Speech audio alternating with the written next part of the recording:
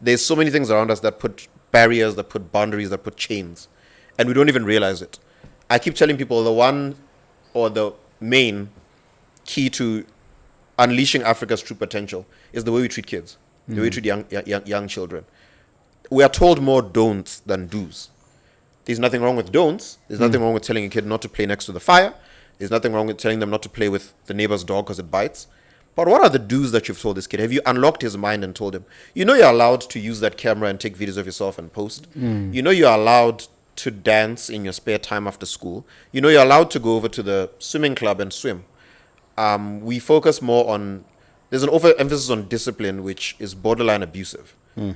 I think it was when I roamed the streets, either Kiadi Kombi Man, I'm not sure. Both of them had over 100,000 views. Where I was interviewing Kombi Men and I was interviewing residents of G West, Gaborone West, asking them whether they think prostitution should be legalized or not. 100% of them said it should. Yeah. Okay. 100% of them. Everyone I interviewed said, no, legalize it because it has advantages. The average Motswana, how come Motswana batho ba tshelang ko dukwi o ka tswa sa itse 70% of us ha re itse gore batho ba tshelang ko dukwi batho ba tshelang ko mashoro go mapashalala go mashoro go mathubudikwane batho bila ga ba itse gore gona le helo le go teng parakarungu rakuku So I told myself, okay, let me just introduce Botswana to Botswana. This is Mogobe Nuggets of Wisdom podcast. We infuse, we energize, we inspire, and we empower entrepreneurs and entrepreneurs of all stripes in BW and beyond.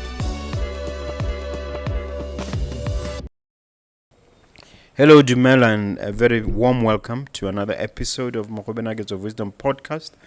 It's always a thrill, a source of tremendous joy for us to bring you an episode to share experiential wisdom and life-changing business education with you. That's what we are all about. A little bit of housekeeping. There's a book. The book is available. Nuggets of Grit, from the Kettle Post to Serial Entrepreneurship. The book is available from Exclusive Books, so please feel free to grab yourself a copy. As well, another piece of housekeeping is to say we are still carrying on with our mentorship programs. If you are interested in mentorship on real estate, we have 6 months mentorship programs. You can reach out to us. We also have mentorship on entrepreneurship in general. All these are 6 months and they run concurrently. One is starting now in October. Another one is going to start in January. So if you're interested in taking yourself to a higher place, and if you want me to hold you by the hand and consider having me as your mentor, please enroll. Please get in touch with us on 397 1368. 397 1368. Let me take this opportunity to welcome you, my dear guest. But before the guest comes in, please let me just ask you to stretch that finger and press that notification bell along with that subscribe button. We need those subscriptions if we're going to stay afloat. Thank you so much. Let me welcome you, Tinashe, otherwise known as Mr. T. Yes. How does it feel to eventually be on the Nuggets? It's an honor and it's a privilege. It's one thing, for someone to find you interesting enough to interview, but what more someone that you're already a fan of, someone that you're already following. I am a fan of the Nuggets of Wisdom. Every now and then I head over to YouTube and I check out who the latest guest is. And yes, right now I should say my top two would be the Wadamaya episode. He said one thing there that I won't forget. What did he say? Well, let me just say he gave a comment on the content creation scene in Botswana. And I've always held strong opinions similar to his. He mentioned how we have a long way to go and we need to, step up a few things, particularly the youth. I followed the comments where they were bashing him about, they suspected that our government had brought him here and paid him. Yeah. And then he responded in a way on your podcast. And everything he said is true. Yeah, everything he said is true, and it's something that we can learn from. He wasn't criticizing or attacking us. He was just encouraging us to go forward and not wait for people outside to come and value this country. Yeah, which is where we are. Secondly, I loved the episode with Mr. Owen Rampa. He's a broadcaster, a legendary broadcaster. He mentored me in radio. I enjoyed interviewing him. Yeah. All right, let's talk about you. First, share a little bit of the academic background and family background, that sort of thing. I graduated with a bachelor's degree in entrepreneurship 7 years ago at Limpopo University of Creative Technology. It's a course I chose for myself because it allows me to spread my wings and be my own boss, which has always been my dream. I've only worked a 9 to 5 for 6 weeks of my entire life, and I intend to keep it that way. I don't believe in 9 to 5s for me. Neither have any of the patriarchs in my family. There's been very, very little of that in my family. I was born to a Zimbabwean couple called Christopher and Rose in '93. Yeah, in a place called Harare, Zimbabwe. I was born there, and before I could even pronounce the word Botswana, I arrived here. Yeah, I came here and went to St. Mary's Primary School. When did you arrive in Bots? 93. Oh yeah, same year. Same year, although I did shift a little bit and spent about 10% of my life in Zim. But I've just been, Botswana has been home for 25 years or so. Oh, see where's when it's done. Ke a se bua mme santse ke ithuta hale le hale ke mathata ha ke a dira Setswana ko sekolong ha ke itse why me ne ke eletsa gore ke kgone go bala Setswana ko primary. No, but you're doing a great job. Your conversational Setswana you have seem to have mastered. Me se kwatang go se ithuta thata ke diane. Ke tsa wisdom entse mo dianeng le dithamalakane tse dingwe santse ke bala Setswana sone sa Bible se le se. Okay, but hana go ntse tsamaya ke ta na perfect. so what did you do after you got the degree from Limco? After that, I sat down with myself and said, what do I love to do? Because by that time I'd already been dancing for 10 years. I'd already been dancing for 10 years and just being surrounded by creatives. And then I said, okay, this guy is a dancer and has a degree in entrepreneurship. How do you mix that up to create a career that is born from passion? Because I don't believe any individual deserves to get up at work every day at 7, at 8, arrive at the office and not enjoy what they're doing. I believe you must enjoy what you're doing, just like Mr. Mogobe is enjoying interviewing us here. So I told myself I'm going to maneuver my way to turning my passion into prosperity. I continued with the dancing and then worked a job for about 6 weeks, which I believe was God sending me through a training, because working a job does teach you a few things. What job is that? There's a company that does activations, marketing, and promotions. It's called Wonderland. Today they're called Wonderland Group. I was there for 6 weeks, and I learned work ethic. Big shout out to Mr. Judd Scott and his wife Nonhlanhla. They were my seniors at the time, and I took a lot of lessons from there. Okay. Dinsang BW, the company. Yeah. When did you start it? What does it do? Initially, I started it in 2018, and it was meant to be just promotional and marketing and advertising. Because as a creative, that's one of the easiest things we can do, is to let our art, to let companies ride on our art and promote themselves. That's the likes of William, that's the likes of Jamaica, that's how they live. They take their art and their talent, and then they allow companies to ride on it for promotion, and then they get paid. So that's the entity that I use to, do all these deals with different companies, whether I'm emceeing, whether I'm offering broadcasting services, whether I'm offering anything else that's creative. Let's talk about the dance. How did you get into dance, and what is the level of proficiency you got into? Right. First of all, I've never been to any school to dance. Not one day. I don't have a degree. I don't have a certificate in dance. I was just a young boy of 14, and my brother brought home a DVD. This DVD was called Storm the Yard, featuring Chris Brown and other dancers. And then he put the DVD in the machine, and we watched it, and that was it. I said, I want to do what they're doing. I don't have teachers. I don't have experience, but I want to do what those guys are doing. And through much training, through much trying and failing, and through a little bit of injury, I was able to learn the art of breakdancing, the art of crump dancing. Crump, what's that? Crump dancing is one of the most expressive dance styles. It looks like aggression, for some people it is, but it's a high energy dance form that includes mostly the hands, the arms. It includes a lot of arm swinging and aggressive moves and character. It's almost like you're acting while you're dancing. Yeah, your big thing now is content creation. Yeah. How did you drift into it and how did you start? I would say that dancing led to that. So dance started in '07 and continued dancing even after ke tsena school. Ebe ke a go bina le di companies tse dintsi. I've done works with when what's it called, Southring. So when Southring Mall opened, me and my brother were performing in that grand opening. So many companies. My song is like a home. I think dance is what led me to content creation, because performing in all these events, representing Botswana outside the country, it just inspired me to say, oh, at the end of the day, we can't dance without the camera being on, because who's going to see us? And then I got used to being in front of the camera so much that I said to myself, okay, I think I'm over all the stage fright I've ever had. I think I don't have an ounce of stage fright. How can I use this and make it richer?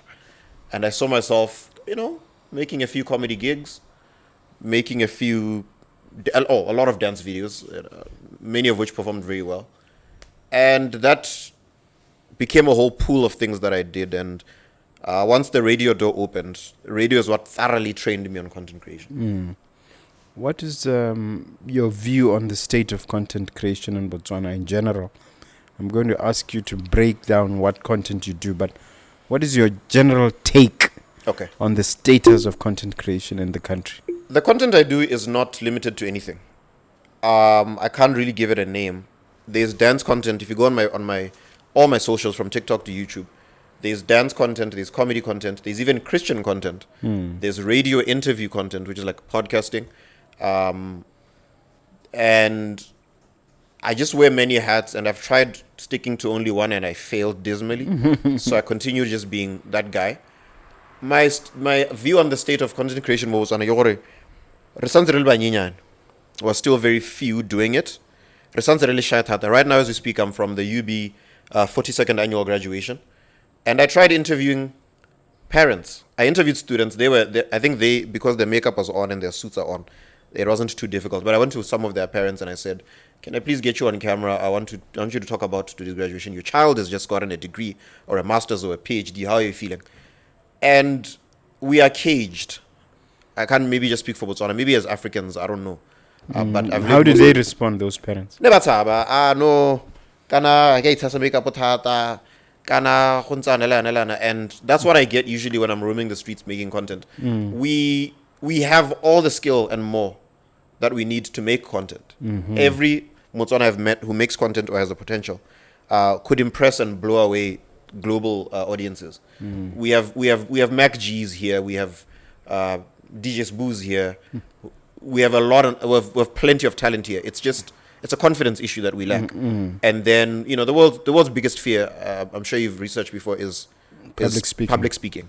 So content creation is that at the end of the day. But apparently it's worse than the fear of death. Yes, it's bigger than the fear of death. A person would rather get shot in the head than to stand in front of 10,000 people and say, "My name is Semangma."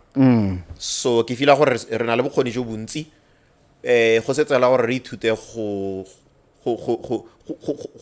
phuthulla ke reng Go phuthulla maikutlo, go bua, go bonwa. A part of it is confidence. Confidence. Lack thereof. Part of the lack of confidence comes from the way we look. We don't think we're beautiful, a lot of us. We don't think we're good to look at. Yeah, now that you mentioned beauty, I think we can dash into the issue that we're prepping about body shaming. Yeah. It is something that you've had to deal with. Yeah. First, take us through. How did it all start? Yeah. And how are you coping with it? When I was born looking this way. My lip color is something that from standard 1, I believe, I would get both compliments and insults from teachers to fellow students at school to family members here and there to strangers. Literally, I could get some of the biggest compliments and some of the worst insults in the same day. What are those compliments? Give one or two examples. Hey! Okay. I'll go from getting someone asking me if I have a disease. Yeah, do you have a disease or are you albino? Someone thought I was albino at some point. Yeah. Someone thought I was mixed race at some point. Yeah. Just because of the lips. Because of my lip color, yeah. And in the same day, women will literally beg for a kiss, a stranger. Some have kissed me by force. 2009, I was at a party in phase 2. I didn't know this You're girl. still a small boy then. Yeah, I was like just below 18. This girl comes out of nowhere. I had never met her before. I don't know if she had met me somewhere. She wasn't even like a fan of the dance thing I was doing. Yeah. Like, you know, when just walking around with your boys in a party, most of the things I'm just walking around there. And I wasn't even dressed that well back then. I used to dress well. I'm thinking she wants a hug. Maybe she saw me dancing earlier that day. No. From nowhere. I don't know if that's Then one she of the kissed biggest you. compliments. You didn't say, why do you do it? No, I didn't have a problem with it. Is it? Fortunately, she was kind of good looking. I would say maybe a 7 out of 10. Yeah. And yeah, compliments like that have happened, and even verbal ones. Oh, your lips are so beautiful. Some ask me what I apply so that they can apply it. Even men. Yeah. So where is the body shaming then? Body shaming, I would say it's 50-50. Every time because I'm a content creator now, and my content is 100% visual. I don't do audio podcasts or anything. Everything is video, and pictures. So I get posters saying anything that I talk about, because some of the content I make is just raw content while I'm driving, while I'm sitting down. I'll just take a video and talk about something. For example, I gave a very simple motivational talk telling people not to give up in life. Get it, guys? If you're still on the way up in life, if you're still finding your feet as an adult, you haven't yet completed school, you don't have a license, you don't have this, be patient with yourself. It doesn't happen in the same time frame from person to person. That's all I was talking about.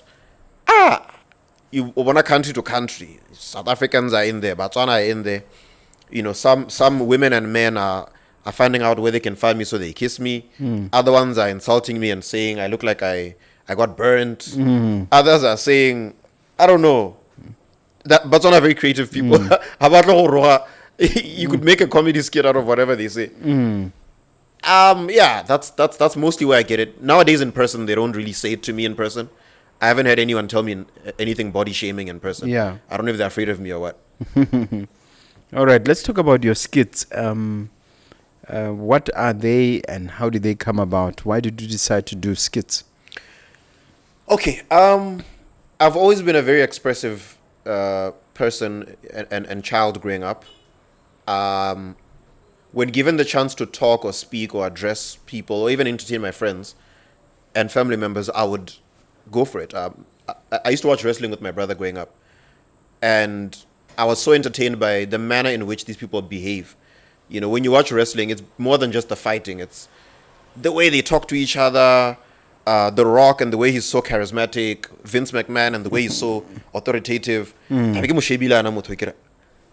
think I can imitate him. Or, let me try. And then every time I'd imitate him, my mom would just burst into laughter. I would imitate people on camera, on TV.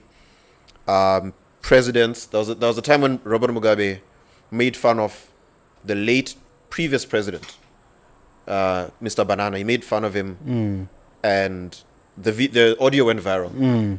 I think it was early in the morning, and I very loudly imitated Mugabe's speech. And my mom burst into laughter and almost cried while laughing. Yeah. So I was like, oh, I'm sure this would cheer up someone and brighten up someone's day. So I put the camera on myself. And I would just make fun. I make fun of anything. I make fun of African people, black people. I make fun of myself. Can you share with us that skit on what you said about Banana? Imitating Mugabe. Well, it was in Shona. I don't know if anyone would understand, but I will imitate him. I'll translate it into English. We have just been told of some very, very sad information. This young man you see here, we are wondering if it's worth putting him into the Hero's Acre.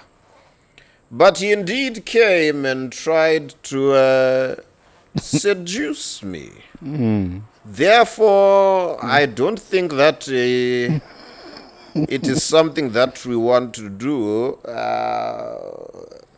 We are just going to bury him with his family members. But I don't do a perfect Mugabe imitation, but that's kind of his accent. Yeah. But if it was in Shona, you'd get In it. Shona, it'd be much more powerful. Yeah. All right. So which medium do you use mainly, and how has the public responded? I started on Facebook, and that's the main place that I operate. I'm still learning and getting my footing on the likes of TikTok, X, formerly known as Twitter, and Instagram. Well, I don't know if I'll ever be active on Instagram. It's quite a difficult place for me to operate. But mostly Facebook and YouTube seem to be doing well. Botswana and other nationalities respond very well to the content. It ranges from comedy to musical comedy. This is where you take a song, especially one that's popularly known, and you take out the lyrics and you put your own in there. Yeah. That's something I love doing. It takes Your a lot own of words courage. altogether. I change all the words and even the topic. I take usually hit songs, the likes of Candy Shop by 50 Cent. I envisioned Candy Shop if 50 Cent was a pastor. So I took out all the seductive, intimate lyrics and I put Bible verses in there. Oh, that's what I went insane watching that. I also do vlogging. I also do anything that comes to mind, even if it's unique and weird. When I'm in studio on radio, I take videos of that. Just I can't really niche myself. I try it. And the emceeing. Tell me about the emceeing. How does that work? Any big gigs you've done? I love emceeing because to me it's all one thing. Tota, none of the things I've just mentioned for me are different from each other. When I'm making a comedy skit or when I'm speaking on any topic for social media, when I'm on radio, anything that involves talking is all the same thing to me. So the difference is just when I'm emceeing, I'm doing it in front of 1,000 people or whatever number. My two biggest gigs would be Hosanna Gospel Singers had a live recording together with Yanga Sobeto and Benjamin Dube. This is like 3 months ago. I emceed that one together with Lady Roo, and Mac G and Sol Penduga came to Botswana. I'm forgetting the date, but they came to Botswana about 5-6 months ago. Wow. I think it was in July, I'm not sure. And they did a live podcast at Limkokwing Hall, and I was the MC there. I think those two were not just the biggest, but my favorite things to MC. Let's talk about the expression or the name Mosasankere. It implies being a wanderer, being somebody who just sort of loafs about, going, a rolling stone, literal terms. How do you come to that name? And is Mosasankere a different persona from you? Can you help us understand, walk us through what's behind all that? Currently, I've spent 4.5 years on radio. I do a show on Sunday mornings, a gospel show called Beats from Heaven, and radio taught me a lot about content creation. And I also just get inspired by almost anything, good or bad. I can get inspired. Secondly, I did notice that Botswana, Botswana wa bone ka boammaaruri, like ko ting ha ise ba ithute Botswana. The average Motswana ha o ka mmotsa gore batho ba tshelang ko Dukwi o ka tswa sa itse 70% of us ha re itse gore batho ba tshelang ko Dukwi, batho ba tshela yang ko Mashoro, go Mapashalala, go Mashoro, go Matubudikwan. batho ebile ga ba itse gore go na le helo le go teng Parakarungu, Rakuku. So I told myself, okay, let me just introduce Botswana to Botswana. The average Motswana, because on radio usually we lean towards interviewing known guests or big guests. I'm tired of it. I've interviewed almost every big name I've ever wanted to interview locally. Except myself. Except yourself. Not that I'm a big name.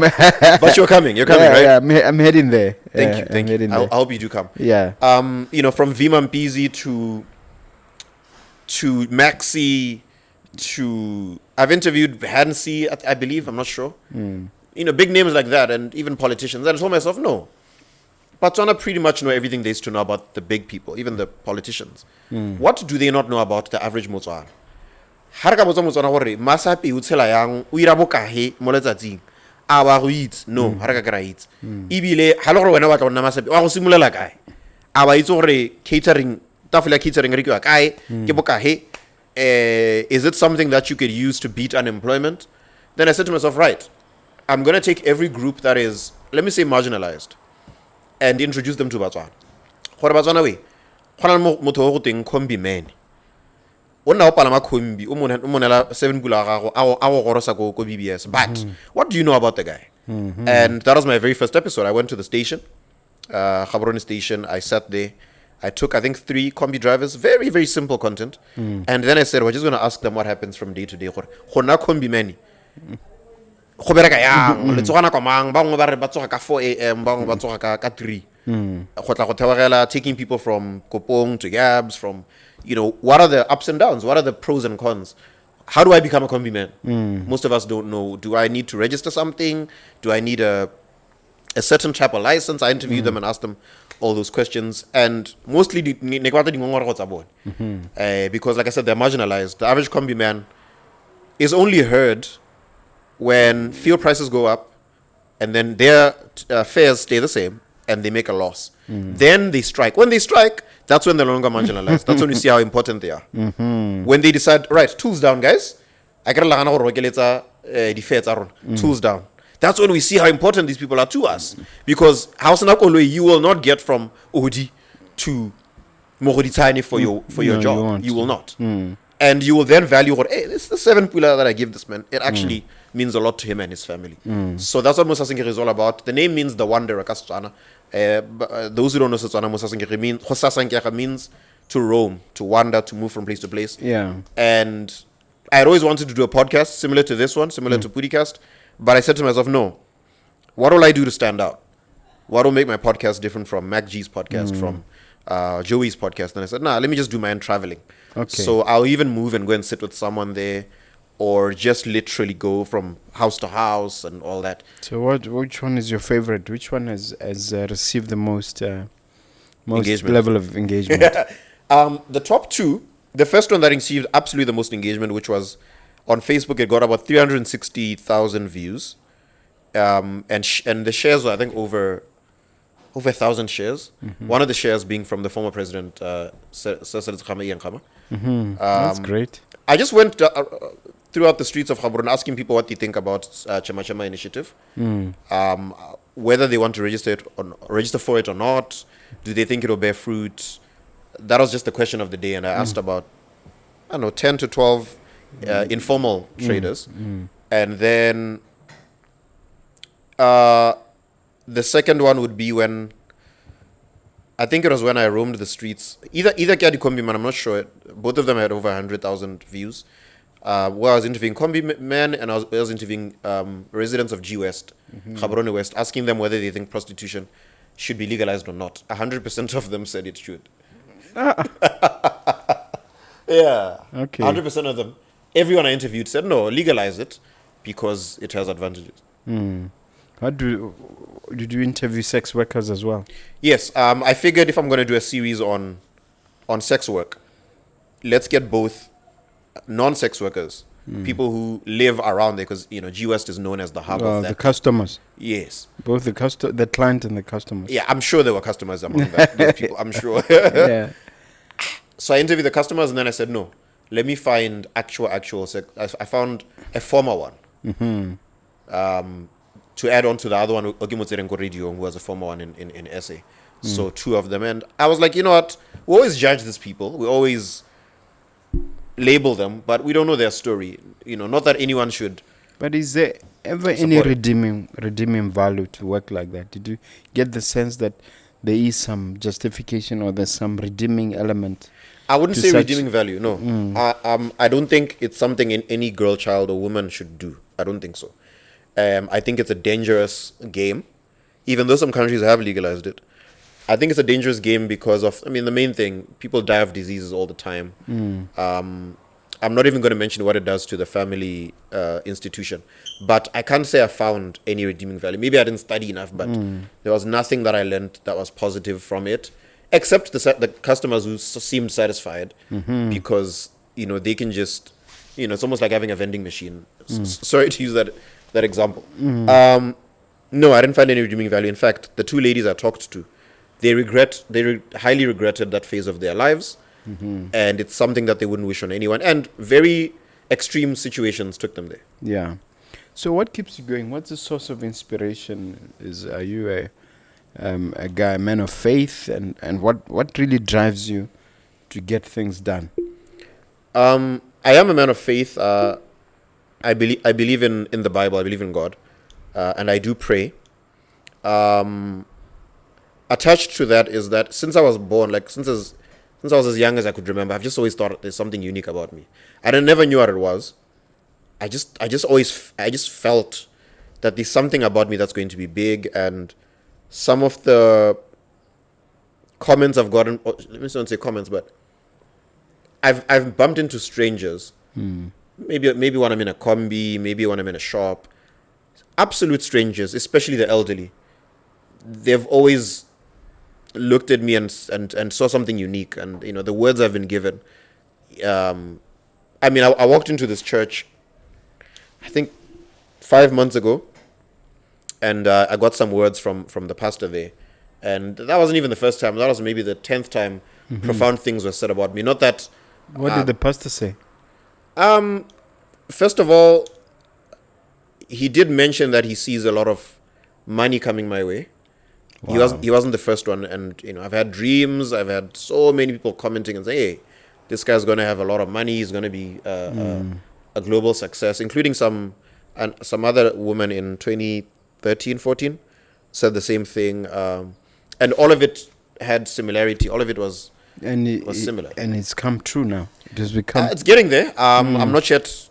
I wouldn't say I've ticked all the boxes. I've ticked one or two. There's just so much that I want to get done, and one of the challenges is myself. You mean your mindset? Not even my mindset. I get so many ideas to the point where it overwhelms me. I can sit here for 1 hour sipping on water and literally in total silence and come up with 10 ideas. 2 of them will be comedy, 2 of them will be radio features, 2 of them will be dance moves, 2 of them will be songs, actual songs. 10 things, and then I'll write them down or I'll record them into my phone. And then I'm like, Lord God, where do I start? Like it's just I just overflow with too many ideas. If I could ask God for anything, I would ask him to reduce my creativity. I think that's a good problem to have. I don't think so. Let's talk about challenges, failures, and setbacks. Every entrepreneur encounters those. Some of them more extreme than others. Are there any you want to share with us? I've had past challenges and I do have a few present ones. First and foremost, speaking for myself and for anyone like me, the government is not any kind of challenge or setback for me and for anyone like me. The government isn't, neither is money. Those 2 things, neither is the economy of Botswana. Those 2 things are nowhere near being an enemy or a challenge. I do not regret being in Botswana. I think the government is very, very what's the word I'm looking for? They let you do your thing in peace. Whatever it is you want to do, not forgetting that if you're a citizen, there's just more than enough things that you get for free and via loan. So challenges are just the internal for me, as well as some of the people that I've surrounded myself with in the past, I'm still recovering from. How do you mean? Sorry? How do you mean? You need to have the right friends or no friends at all. You're better off having no friends than having people who drain you. Yes, a major challenge both for people like me and most of us in Africa, in this part of the world, is the way we're raised. The Bible says, train up a child the way he should go, so that when he's older, he will not depart from it. We've been put cages on for so many years, especially as kids. There's so many things around us that put barriers, that put boundaries, that put chains, and we don't even realize it. I keep telling people the one or the main key to unleashing Africa's true potential is the way we treat kids, the way we treat young children. We are told more don'ts than do's. There's nothing wrong with don'ts. There's nothing wrong with telling a kid not to play next to the fire. There's nothing wrong with telling them not to play with the neighbor's dog because it bites. But what are the do's that you've told this kid? Have you unlocked his mind and told him, you're allowed to use that camera and take videos of yourself and post? You're allowed to dance in your spare time after school. You're allowed to go over to the swimming club and swim. We focus more on, there's an overemphasis on discipline, which is borderline abusive. I just heard a story a few weeks ago of a child who was beaten, I think, for coming home late until he died. Yes, he was beaten to death in Block 3, Gaborone. It's an extreme situation. Yeah, his mom's boyfriend was just punishing him for, just small basic things in the house. He punished him by putting him in a room, in the back room, locking it, not feeding him, just beating him like 2-3 times a day, every day for about 4 days. Until the child either died of injury, plus starvation, plus fatigue. Where was the mother? The mother was there.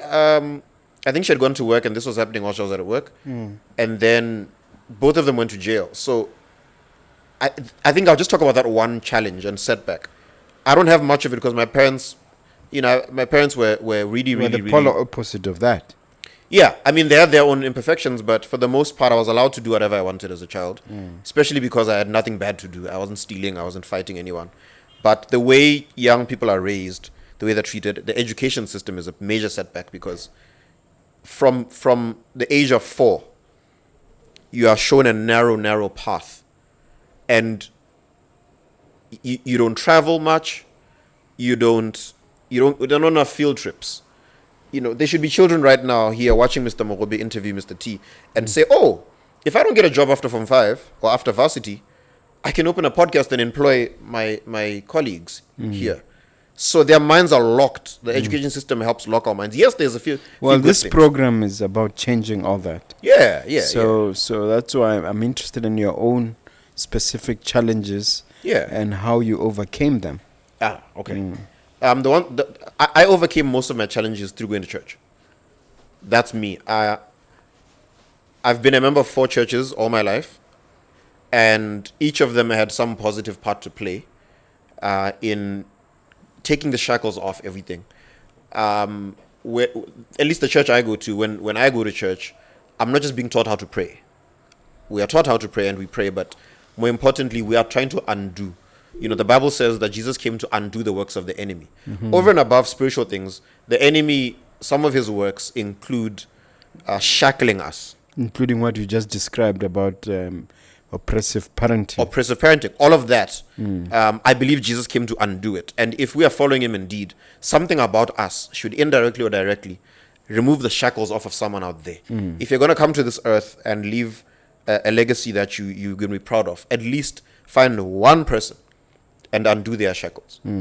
Unchain them.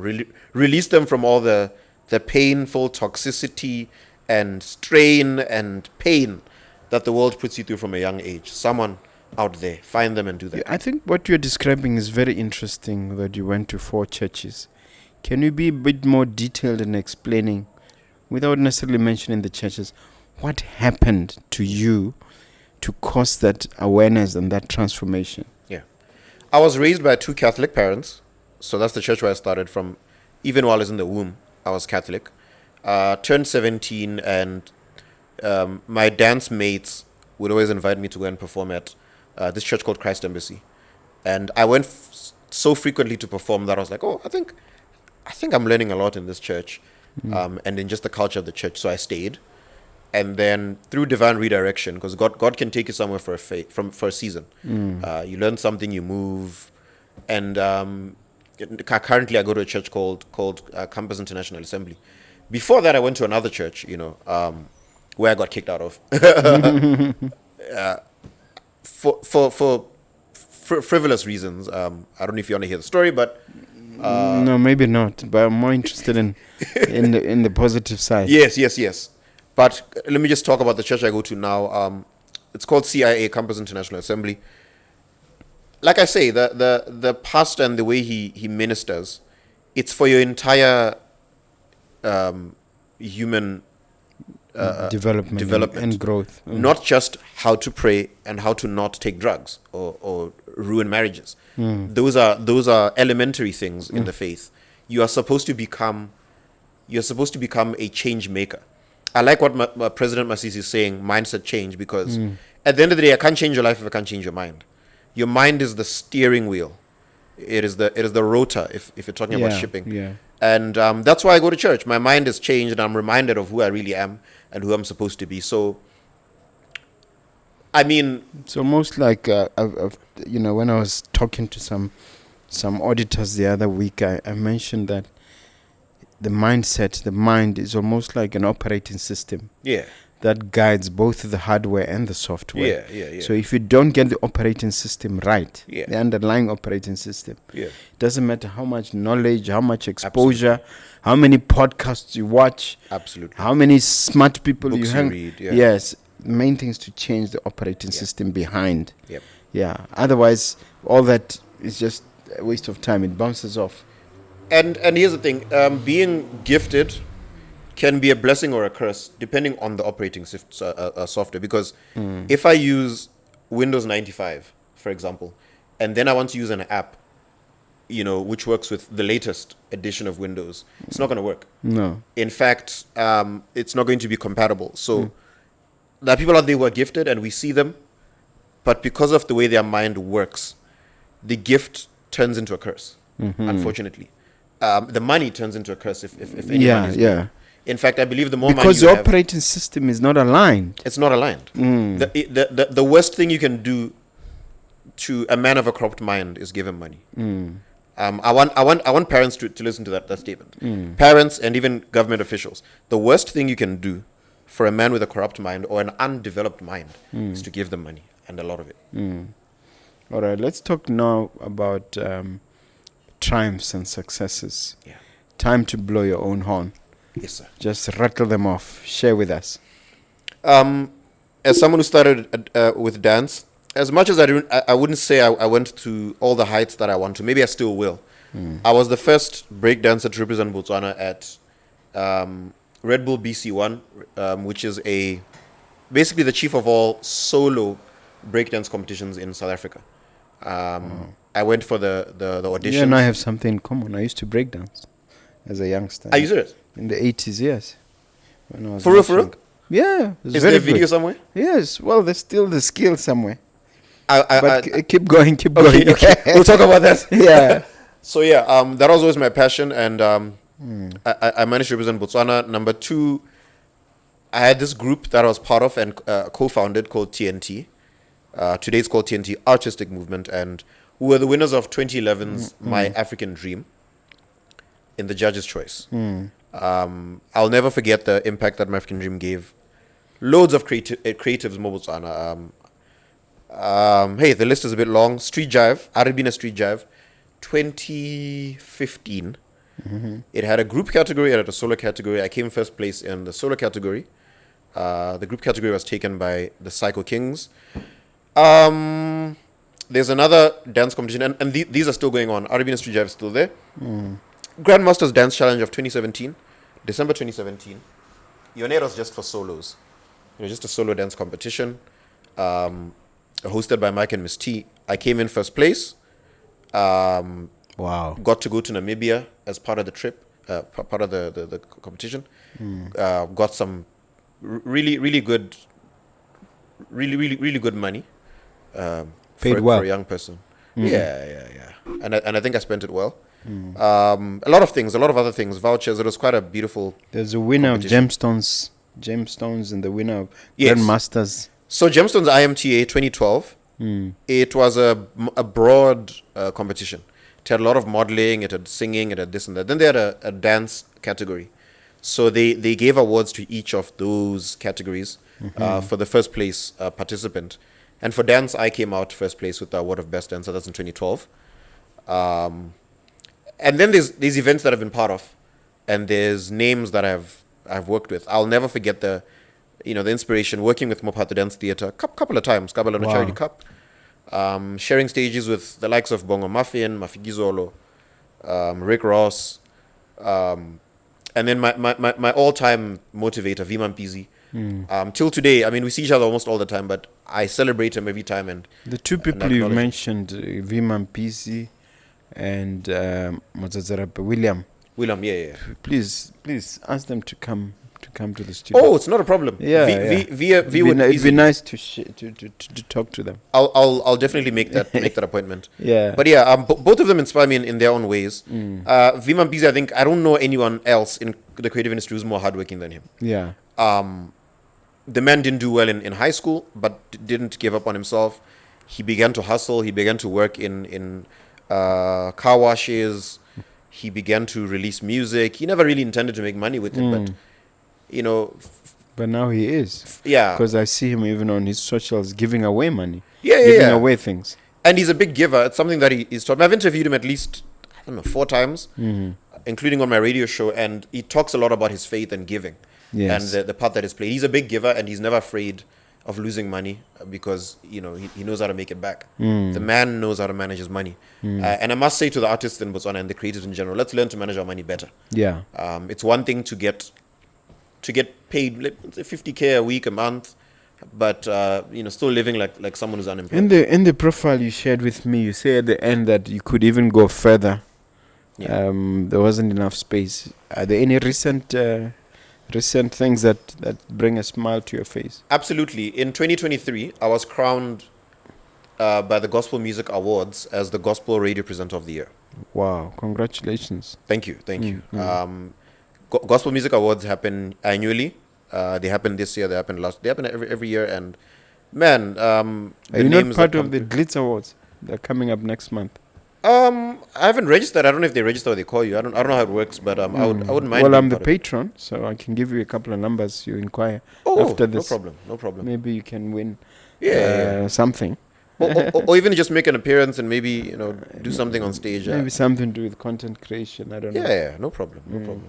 Now, are you still involved in dance?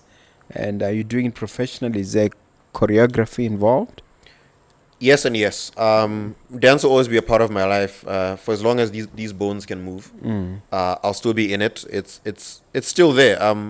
I believe I dance now better than I did 10 years ago, better than I did 5 years ago. I've choreographed weddings. I've choreographed carnival. UB had a carnival in 2016, if not 15. I'm not sure. The UB Face Carnival. I helped choreograph that. So many other things. Some I've even forgotten. Dance will always be a part of my life. My love for music is connected to my love for dance. And which genre in particular? I like to call myself what we say a freestyle dancer. I started off in breakdancing and hip hop and crump, but I just couldn't. Crump? Yeah, crump. KRUMP. Yeah, it's the one you say is a bit violent. Yeah. But I just couldn't resist the temptation to move to house music, kwasa, Afrofusion, Afrobeat. So I do a little bit of these other styles, but my foundation is in hip hop. And is there money in dance in Botswana? Yes. Yes and no. Let me rephrase that. Yes and no. Yes, if you market yourself seriously. You don't have to be the best dancer, but be the best known dancer. Okay? If you're both, then it's even better. If you're both, one of the best and you are well marketed and well known, you will get bookings and you will make a living off of it, whether you're a group or you're solo. But if you don't take your work seriously and you don't put yourself out there, no one will see you. And some of the best dancers and even other creative artists are just underground and no one cares about them. Nobody sees it here. Yeah. It's like the tall tree falling in the forest.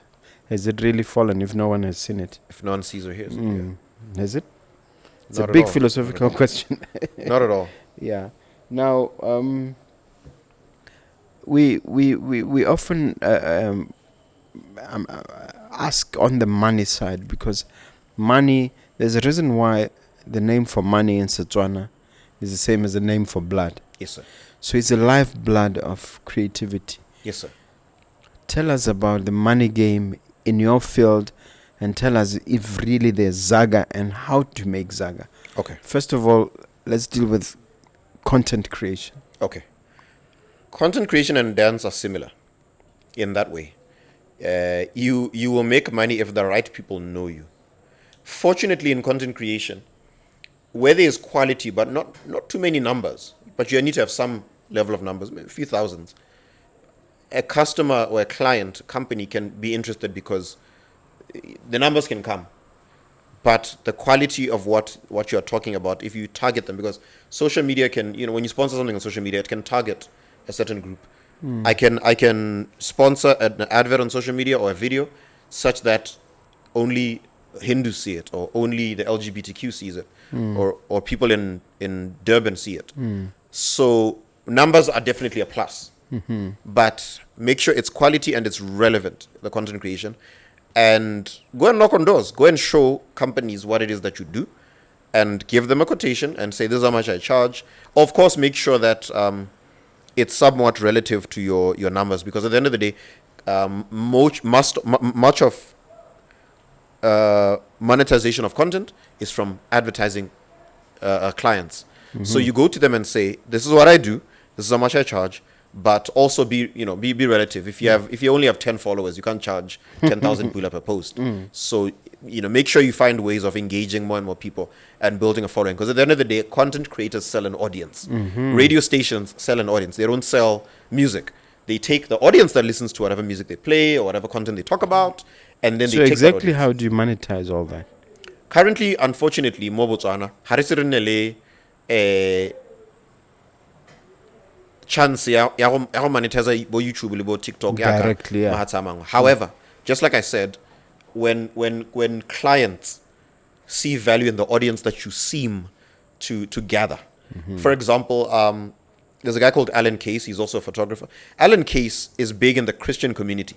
He quotes Bible scriptures in his content. He motivates and all that. If there's a company maybe that sells Bibles or a Christian college or whatever, and they want to talk to young people, Alan Case is an example. Kopana Khabi is an example of people you go to and say, yo, you have a Christian audience of, I don't know, 100,000, 200,000 followers. Can we buy an ad on your content?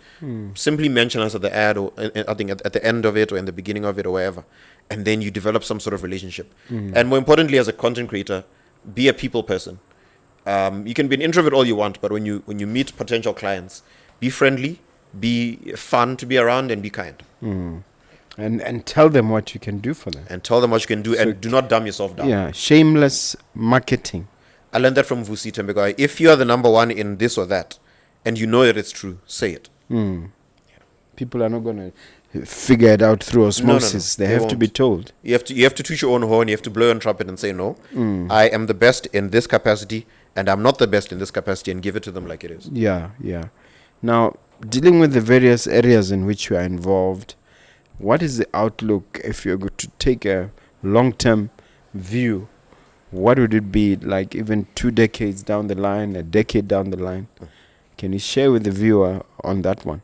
You mean the scene of content creation in Botswana or myself? No, I'm just talking about your long-term vision. Okay. My long-term vision, first and foremost, is to make a lot of money. Like a whole lot, like a lot. You mean just cash sitting in a bank account? Not the whole time. At some point, I'm going to have to spend it. Essentially, I want to have an online platform where I teach content creation to Africans only. I will target certain groups one by one. Soon enough, I'm going to have a book on content creation and the different aspects, because there's a radio side, there's a podcast side, there's, vlogging, all of that stuff. I'm going to have a book, and in 10 or so years, I want to be, I want to pass the baton to the next generation and teach them, no, you can actually go out there. These are the different types of content, and this is how you effectively channel them into your audience. Okay. And what did you say on that point is the actual physical manifestation of this dream 10 years from now, 20 years from now? You could say a creative university, Mm-hmm. a weird university, a university where, first of all, no one has no one qualifies to enter. Mm-hmm.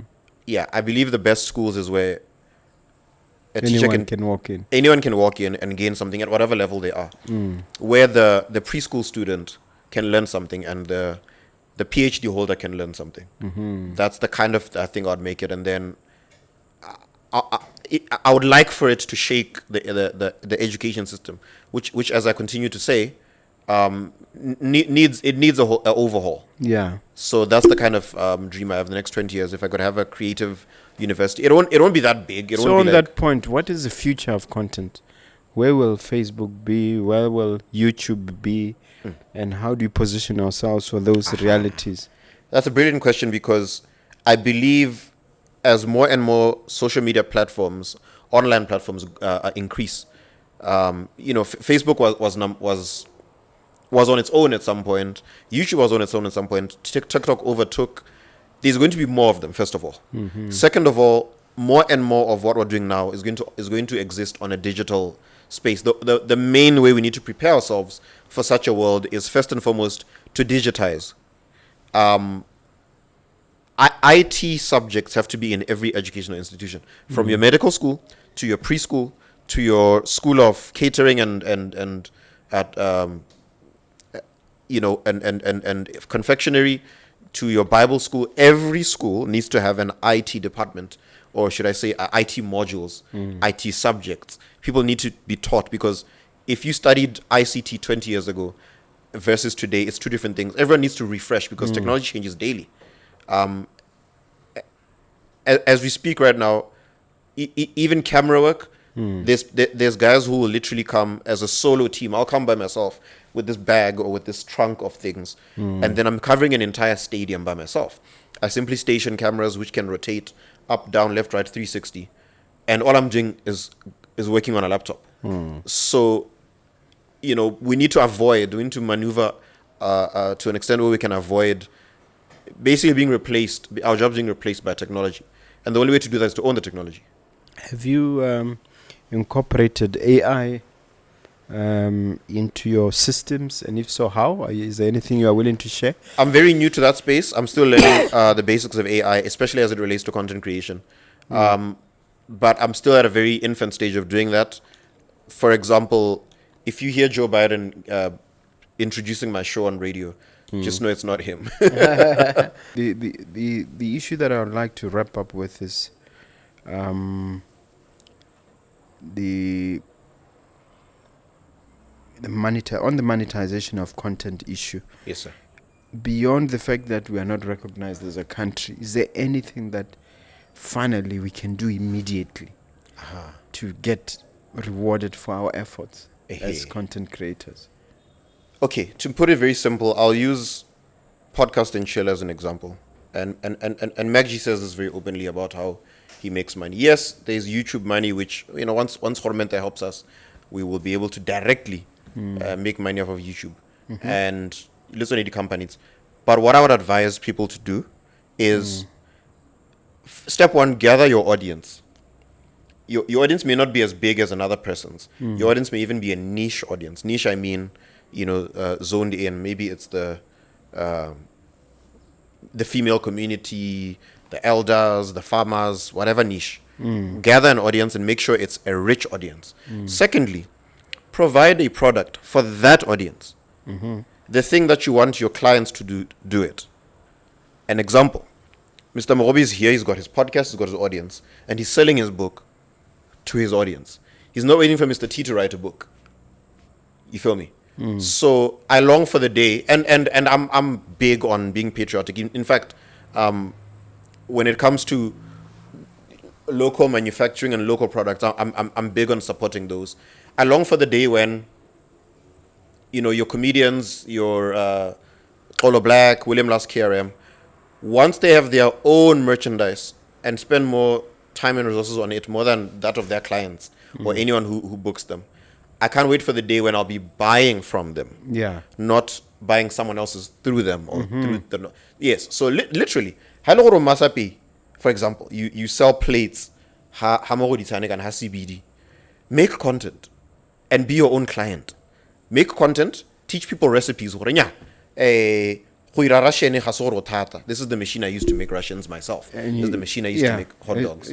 Yes. And then you teach us that. It will blow on TikTok. We will watch it because we don't know how to make Russians. You teach us. Today I'm teaching you how to braai. Today I'm teaching you how to fry. Today I'm teaching you how to do this. Make content and then tell us what you sell. And invite us to come and buy from you, because if I can be your student, I can be your client. Another thing that I notice about you is you attend a lot of workshops, seminars, events. How important is that? Because we met at a particular event involving Wadamaya, right? Yes, sir. Yeah. I would say it's very important because whether you are 70, whether you are 80, or whether you have a master's degree, there's something you don't know. And even on your own topic or your own craft, there's something you don't know. There's something about dance that I don't know, believe it or not. There's something about content creation and radio that I don't know. And always remind yourself that you are still a student, even if you are the teacher. So attending a workshop, even by those that are junior to you, you will gain something, because sometimes it's not just about rank, it's about angle. You know, the certificate holder can teach the PhD holder something, believe it or not, and vice versa. It may be one small thing, but that may be the missing element to what it is that you're doing, which can take you to the next difference. Okay. This is the part of the show where you get to ask me a question, sir. Can I ask more than one? My greatest question to Mr. Mogobe would be, I've heard your success story, I think in an interview with Joey, because I watched that episode. If you were to look at the young Botswana today, or the young person in Botswana who is struggling with unemployment, what is the biggest piece of advice you can give them? Or what is the one biggest mistake that they're making? The first thing is that they must immediately stop calling themselves unemployed. They must label themselves as either self-employed or as an entrepreneur.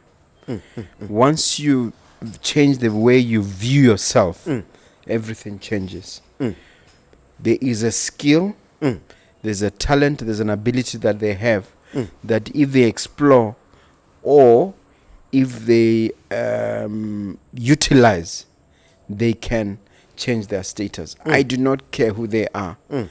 I've seen it in our mentorship sessions and our mentorship programs where someone comes all closed up, all not willing to open up, but after 6 months of interaction, after 6 months of encouragement, you see the difference in the person. You see somebody saying that they've taken the first step. So I think the first thing is to label yourself correctly. No one is unemployed. No one. Because that's a negative connotation. Okay?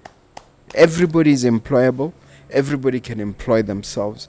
Everybody can exercise their talent to make money. I don't care who they are. There's something they're able to do, or there's something they're able to learn within a short space of time that will put money in their pockets. Yeah. You're a well-traveled person. You're asking the second one. I know. I like breaking rules. Allow me, please, to break this rule. You're well-traveled. You've been outside the country multiple times. I don't know how many countries, but we talk enough about the negatives of Botswana. Foreigners talk about the positives of Botswana. What is it that people outside Botswana, in Africa especially, are missing out on by not being here?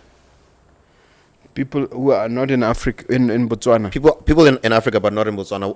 What are the good things that they, that would make them wish they were part of us? I don't know, but this is the only thing I can twist this question and use it as a selling moment for my book, because I emphasize the fact that this is a semi-arid piece of land where literally only about 20% or 25% of the country is usable. The rest is just desert, at least in the eyes of the people. But look what we've done. Look how successful we have. More details, more experiences in terms of what I think about this country that has made me what I am. in terms of the education system, taking me overseas for education, all manner of things. It's a lovely country in every sense of the word. On top of everything, we have something called Botu. We have something called the Kotla system. We have systems and cultures, even traditional pharmacology. We have things that are just unique to us that we just need to explore and take full advantage of. Those who are able to copyright some of these things in terms of the intellectual property that is contained in them. This is a challenge from me to say, go do it. Beyond that, read my book, interact with me in other platforms like the Mentorship program.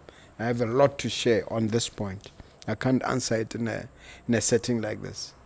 All right. There's your camera, sir. You see it? I hope I've answered your question. Tat. That camera there, you look at it and share a little bit. You wanted to say something on body shaming and thereafter give an overall message. Motswana ko gae, or wherever you may come from, young African child, there's a reason why you were born here, wherever you were born, here in Africa, in this part of the world, in this century. You are made, you are crafted, you are concocted for your season and for your generation. So everything about you is relevant. Everything about you is beautiful. Whatever it is that they told you is out of the box, is outside of what they're used to, is still beautiful. You might be extremely tall and not like it, but you are beautiful and you are meant to be tall. You might be extremely short. You are meant to be that way and it serves a purpose. There's a lot of information in that head that you will use. You may be light-skinned and made fun of for your light-skinned or dark-skinned. All of that is beauty within itself and has a purpose. It's going to serve a purpose. Don't take yourself for granted. You are beautiful, you are handsome, you are intelligent, and you are a superstar. Act like one. Okay. Wonderful. Your contacts, share all of them across social media space and even physically where we find you. You can find me on Facebook, TikTok, Instagram, as well as X on Mr. TEE. Mr. TEE. On TikTok and X, it's Mr. TE267. There's a 267 at the end. That is me across the socials. However, if you'd like to talk business, you can WhatsApp me at 77943200. That is 77943200. I'm available to make your event a success by being the MC, the dancing MC of choice. I'm available to even cover your events as a broadcaster. Musa Sangeri does events as well. I'm also able to help give creative ideas to your business, to your whatever it is that you're doing. It's probably something I know about it because I'm very exposed to a lot of knowledge and I went to school. So if you have anything creative going on, even if you have a wedding, do go ahead and contact me. What time is your program at radio? Catch me on the radio every Sunday morning from 6 to 10 a.m. The show is called Beats from Heaven. I'm joined by Lady Ro on that one. It's guaranteed to change the way you look at yourself, the way you look at life, and the way you look at your creator. You've got a unique radio voice, sir. It's very special. Thank you. Thank you so much. You've done very well. Congratulations on Yes, a successful interview.